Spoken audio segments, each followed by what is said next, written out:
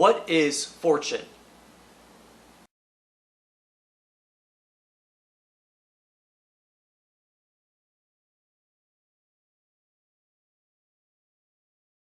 Hey, what's up? It's Phoenix. I'm super stoked because today I'm going to talk about one of my favorite books, which is the Consolation of Philosophy, written by Boethius, who was a philosopher from the Middle Ages.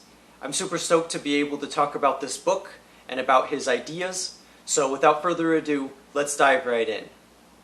I'm super stoked because I am going to talk about one of my favorite philosophers, one of my favorite books, and not just in philosophy but also in general, because this is a book that is very close to me.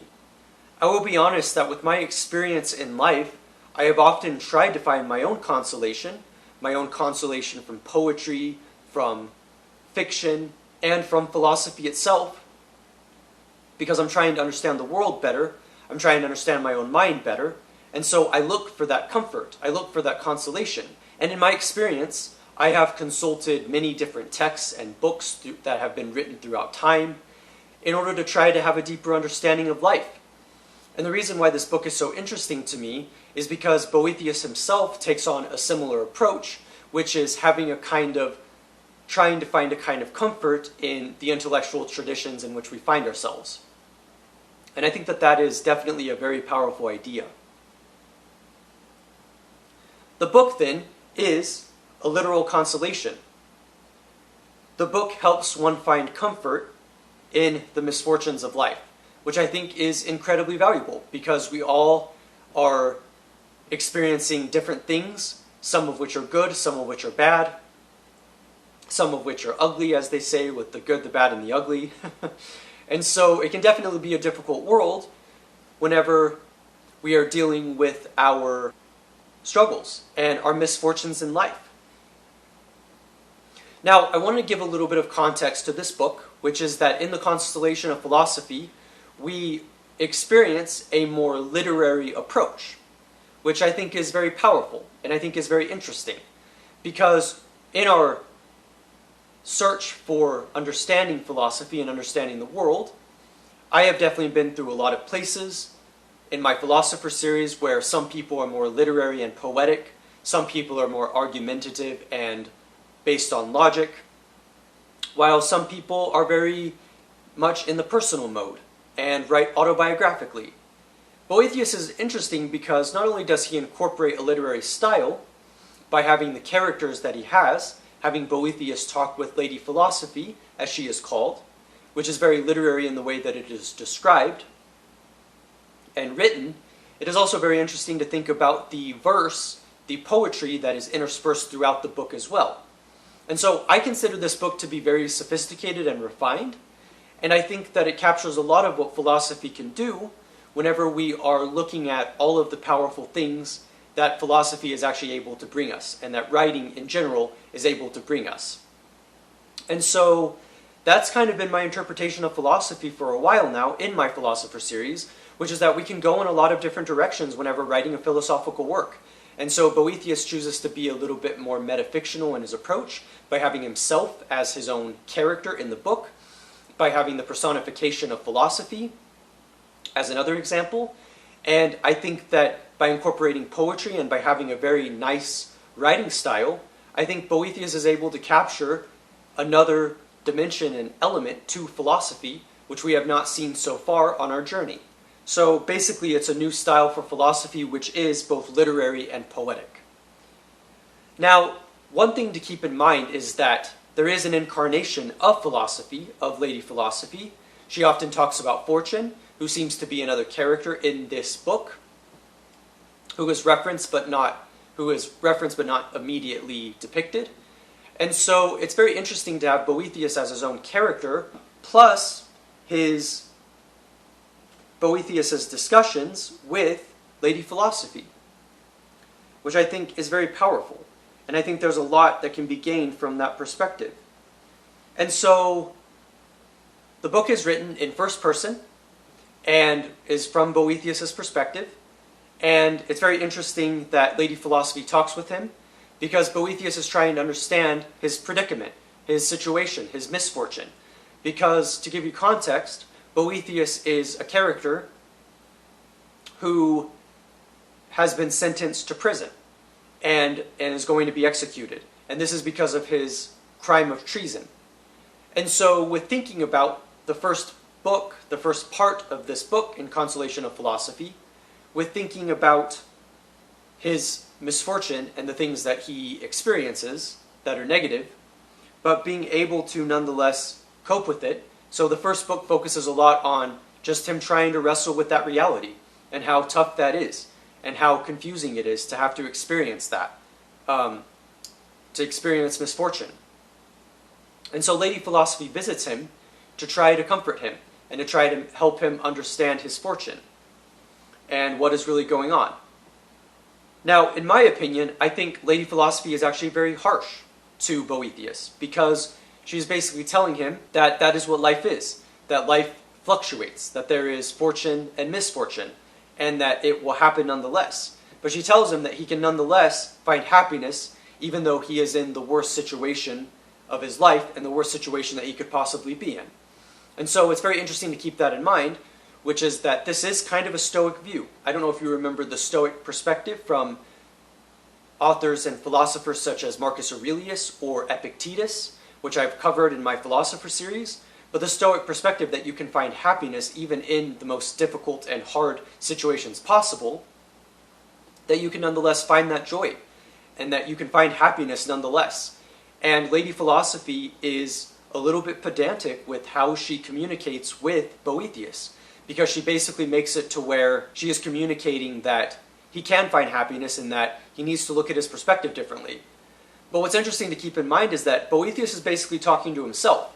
As you realize with this book, Boethius is talking to himself because he's trying to analyze his condition from being in prison, from soon to be executed, and from struggling in prison and struggling with this charge of treason, and trying to understand his situation in the world and how difficult of a place that is. And so it's very interesting how Lady Philosophy to me seems to be harsh, even if she is trying to console Boethius as well. And so I definitely think that that is an interesting thing to keep in mind, which is that Boethius is talking to himself, but he's also talking to the tradition of philosophy itself, as started by thinkers like Plato, and that he's trying to understand his life and fortune through philosophy itself. Now, I've gone through some very religious texts, such as from Augustine and Aquinas, which are also in my Philosopher Series. I encourage you to check them out. And the interesting thing about those philosophers is that they were super religious. So they focused a lot on theology, they focused a lot on the Bible. But there are alternative traditions in the West, which does include the tradition from ancient Greek philosophers, starting with Socrates and Plato, and moving through Aristotle and beyond. And so this is important to keep in mind, because we recognize that Boethius is utilizing a different tradition, and that Boethius is coming from a different place. He's coming from a place that was unexpected, coming from a place that people don't normally come from whenever they come from a religious perspective. And so part of the reason why I've struggled with philosophers like Aquinas is because I do feel as though they do focus a lot on religion, and I myself am more agnostic in my views. And so for me, I think a lot about how, honestly, that I'm less committed to my claims, I'm less attached to them, which is why I see myself as being less theological. But I think that it's important with thinking about the context and history of philosophy, which is that Boethius is trying to understand his life from a different tradition, which would include Plato and Aristotle instead of the Bible. So this does put Boethius a little bit in a different position, in a different camp, than everything that has preceded us so far in the Middle Ages. But the thing that's important to keep in mind is that Boethius was still living in a very Christian culture, and so these ideas still come out, because he is thinking about it. He's thinking about theodicy, which again is the notion of understanding why evil exists. He's thinking about free will. He's thinking about the nature of God. He's thinking about the nature of life and fate and fortune and what happens to us. And that can be a very powerful thing for a philosopher to undertake whenever they're trying to understand the world. So then the question is, why does Boethius consult philosophy instead of such as religion, like Christianity, or instead of other traditions? And it's because to me, he represents one of the best things that philosophy offers, which is an attempt to look outside of one's own perspective. And so I like this approach, because I think that that's what philosophy at its best brings us, is this ability to look at things from a new perspective, this ability to look outside of our own limited biases to try to understand the world in a different way, whether that means having a dialogue with philosophy, whether that means reading a lot of philosophy and reading books that are a little bit more focused on logic and reason, and by trying to engage with the tradition of intellectual exploration. And I think that there's a lot of value in that. And so I think that Boethius is finding philosophy to be a helpful way of expressing himself and understanding his own mind and his own situation in life. And I think that that's really powerful, because that's what philosophy can do. Philosophy in a lot of ways is just thinking. So it's not even necessarily a formal argumentation, even though philosophy does prevent very formal arguments in this book. It's just a way of thinking. It's just a way of looking at the world, staying open-minded, thinking as open as you can about things, trying to be more objective, trying to not let your biases influence you. And while there is validity in other traditions, such as in Christianity, which is what a lot of people find meaning and purpose in, I think there's also a place for philosophy as well, because it's a different approach. As I said, it's just thinking. It's finding a way of looking at the world in a different way.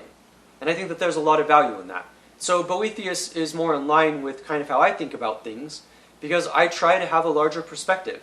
I try to come to my own conclusions. I try to consult a variety of texts, even if that does include the Bible or thinkers like Augustine and Aquinas, because I'm trying to understand the world better and how people think. The main thing is I'm trying to understand how people think and how I think, because I'm trying to understand myself.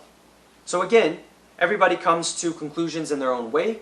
They come to them in a different way. But it's definitely interesting to think about this consolation of philosophy as being one potential way in which we can find peace with the world, and that is by having a dialogue with other traditions, having a dialogue with other people, and being able to think about it. And so I like that. I like that there is a deeper consolation that can be found through consulting the intellect and through consulting the mind and to consulting thought. And so I'm really amazed by that kind of perspective. Because if I was in Boethius' shoes, I would feel very much despair. I would feel like everything had collapsed on me and that I was experiencing a lot of misfortune and that nothing was ever going to be good again.